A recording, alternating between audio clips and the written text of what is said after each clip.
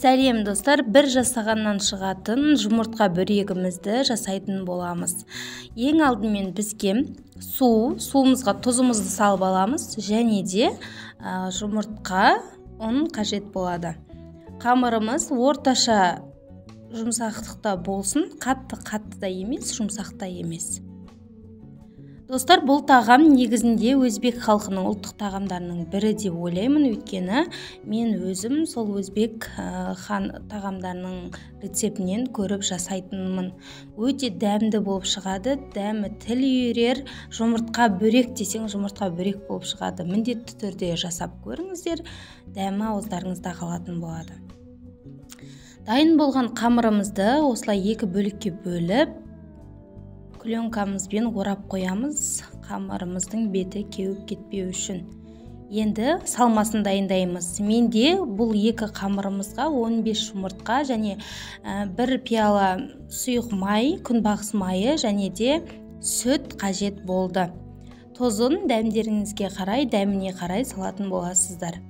Ең алдымен осылай жұмыртқамызды ыдысымызға салып аламыз және үстінен сұйық майымызды және сүтімізді құямыз.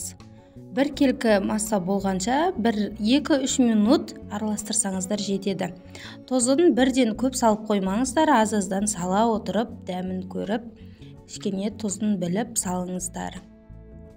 Қатты бұл тағамға миксер мүлдем қажет емес, қасықтың немесе вилканың көмегімен дәл осылай ғана араластырып қоясыздар. Енді қамырын жайып дайындап алатын боламыз. 1, 2, 3 деп фокус жасайын десе мен қолымнан келмейді екен. Міне осылай қамырды кесіп аласыздар. Дөңгелек пішінде болса өте әдемі көрінеді. Егер сіздер отбасыңызға жасайтын болсаңыздар, бұлай дөңгелек пішін жасамай, қамырдың артық қалдырмаймын десеңіздер, 4 бұрыш қылып, қадімгі мантыға түйгендей қылып, кескендей қылып кессеңіздер болады.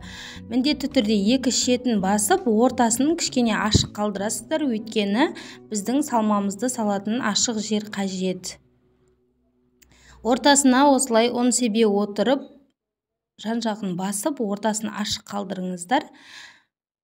Сол кезде қамырларыңыз жабысып қалмайтын болады. Енді қайнап тұрған суымызға тұзымызды салып, және де салмасын құйып, қамырларымызды осылай түйіп салатын боламыз. Бұл рецепт өте дәмді болып шығады. Және де піскен кезінде осылай судың бетіне қалқып шығатын болады. Тамағымыз дайын, ас болсын, жасап көріңіздер. Достар, видео ұнаса, каналыма міндетті түрде тіркеліп кетіңіздер. Келесі видеоларымды жіберіп алмайтын боласыздар. Сау, саламатта болыңыздар.